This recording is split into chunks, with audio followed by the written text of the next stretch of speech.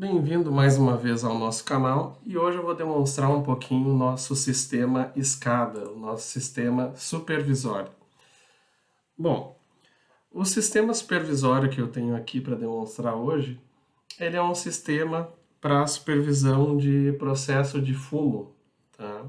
Mas o processo, ele pode ser qualquer processo, a gente não tem um foco específico nesse segmento, pode ser alimentício, pode ser automobilístico, N tipos de processo. Bom, antes de começar a apresentação aqui do sistema supervisório, às vezes a gente questiona onde é que a gente pode utilizar isso, né? Bom, o sistema supervisório, ele, como o próprio nome já diz, ele serve para supervisionar um processo, tá? Mas não é só supervisão, ele é supervisão e controle. Então, por exemplo, eu posso supervisionar esse processo e eu posso controlar ele também remotamente. Não necessariamente eu preciso estar no mesmo lugar que essas máquinas estão fisicamente. Bom, vou mostrar aqui então esse supervisório de fumo, tá?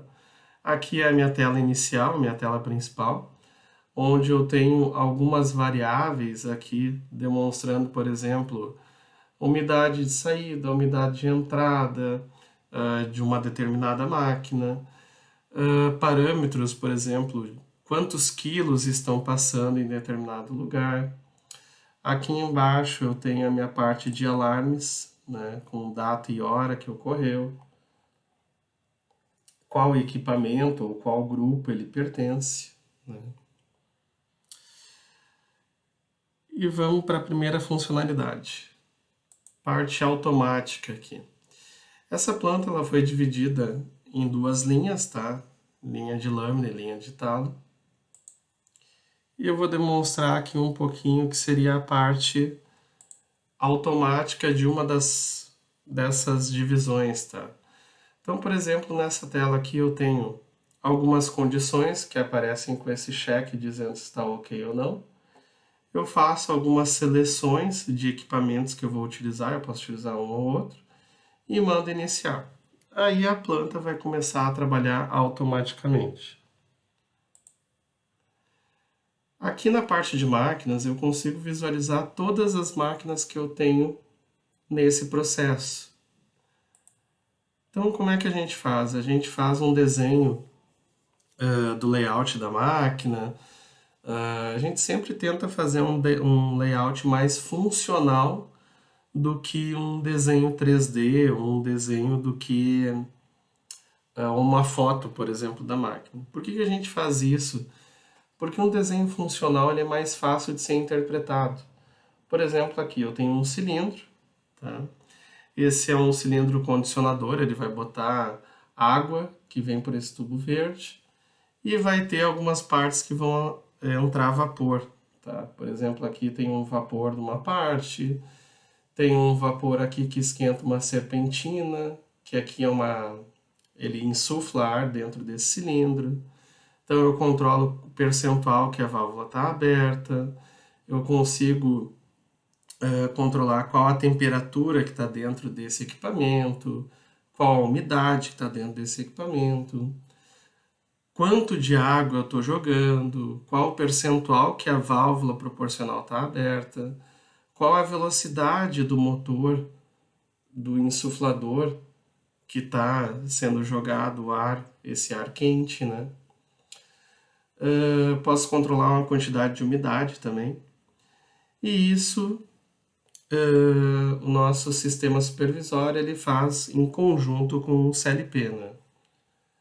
Então aqui eu vou demonstrar um pouquinho os parâmetros em automático, né? São valores fictícios onde eu posso vir e editar esses parâmetros, né? No momento que eu edito, eles já vão ser enviados para o CLP e assim ele é assumido. Vou mostrar outra máquina aqui, um cilindro secador, que é uma máquina bem característica aí das empresas de fumo, né? Então aqui eu tenho N variáveis para controlar esse processo. Eu tenho parâmetros, uma infinidade de parâmetros que eu posso setar, né? Isso obviamente vai muito de acordo com cada processo, né? Não existe receita de bolo. Isso tudo a gente acaba desenvolvendo personalizado conforme as variáveis que o cliente tem, a forma que ele tem de atuar, se ele tem essas leituras, se ele tem essas saídas, né? Parte de manutenção.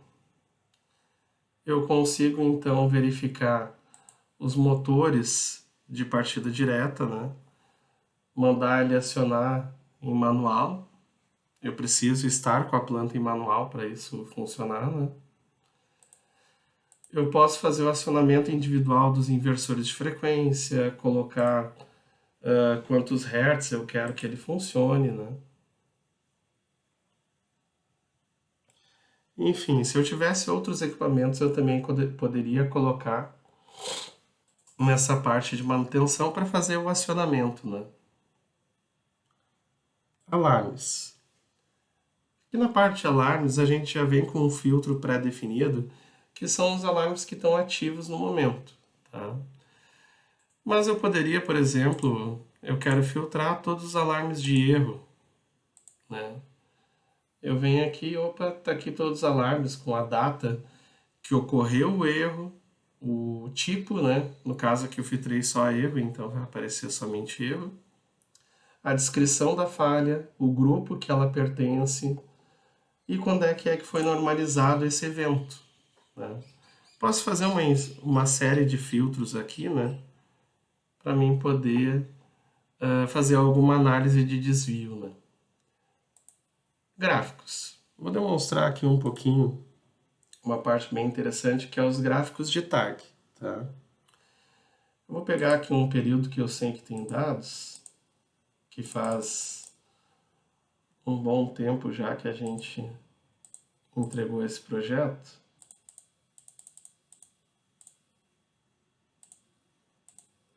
Filtrei por uma data, se eu quisesse podia filtrar 1 hora atrás, 3 horas atrás, 6 horas atrás, um dia, 7 dias atrás, né?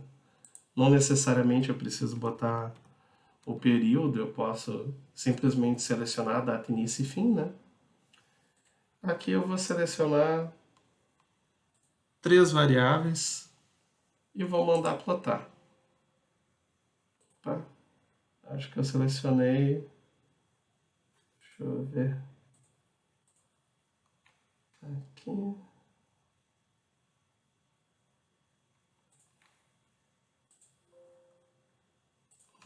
Tá informando que eu não tenho nada para esse período. Vamos dar uma conferida. Botar um pouquinho mais para frente. Ah, tá aqui. Bom, então aqui eu tenho as 4 variáveis que eu selecionei, tá? E eu consigo visualizar no meu gráfico como foi esse comportamento, né? Então, por exemplo, eu posso aproximar aqui e ver em determinado momento como é que se comportou essas variáveis, né? Como é que foi essa oscilação de temperatura, umidade, enfim. Mas o que isso aqui é interessante? Além de eu conseguir visualizar esses dados, eu posso começar a traçar alguns comportamentos. Exemplo, determinado dia foi rodado, olhando para esse exemplo aqui, que seria o supervisório de fumo. Determinado dia foi rodado um processo e um operador conseguiu acertar os parâmetros da melhor forma. Pela análise do laboratório, a gente viu que esses foram os melhores parâmetros escolhidos. Então eu posso verificar como é que estava o comportamento das máquinas, eu posso verificar como é que ele parametrizou essas máquinas para, em cima disso, criar as melhores receitas. Tá? Esse ponto aqui, receita, é um ponto chave do nosso sistema de supervisão. Essa planta ela tinha em torno de 1.600 variáveis. Então imagina o quão complexo é tu alterar 1.600 parâmetros de máquina cada vez que tu vai mudar um produto, né? Então, pensando nisso, a gente criou a parte de receitas. Então, eu vou demonstrar aqui, estou alterando uma receita. Eu tenho aqui alguns parâmetros que eu insiro os valores deles, né? Eu posso adicionar mais. Opa, essa já estava adicionada. Eu posso adicionar mais valores, né? Ah, mas eu estou escolhendo só as que já estão adicionadas. Vamos mais para frente, aqui, aqui. Então eu posso combinar todas as tags que eu tiver no meu processo e eu vou colocando aqui os parâmetros que eu quero que ele assuma quando eu for rodar essa receita, né? E aí eu dou aqui o meu alterar. Bom, eu tenho então essa receita de demonstração e eu quero realizar essa receita. Então, vou mandar aqui rodar. Ele envia esses parâmetros para o CLP e aí eu consigo verificar depois um log de receitas. Por exemplo, aqui, ó, na data de hoje, eu tenho os parâmetros que foram enviados para o meu CLP. Então, aqui eu consigo visualizar quais foram os parâmetros que estavam sendo utilizados em determinado dia. Aquele dia que o meu laboratório disse que foi os melhores parâmetros escolhidos, que foi melhor combinação de parâmetros para essa linha funcionar. Lembrando que isso aqui é um exemplo, é um sistema que a gente implementou já, e ele pode ser convertido para o seu negócio, independentemente do segmento que for. Tendo variáveis de controle, é possível fazer sim.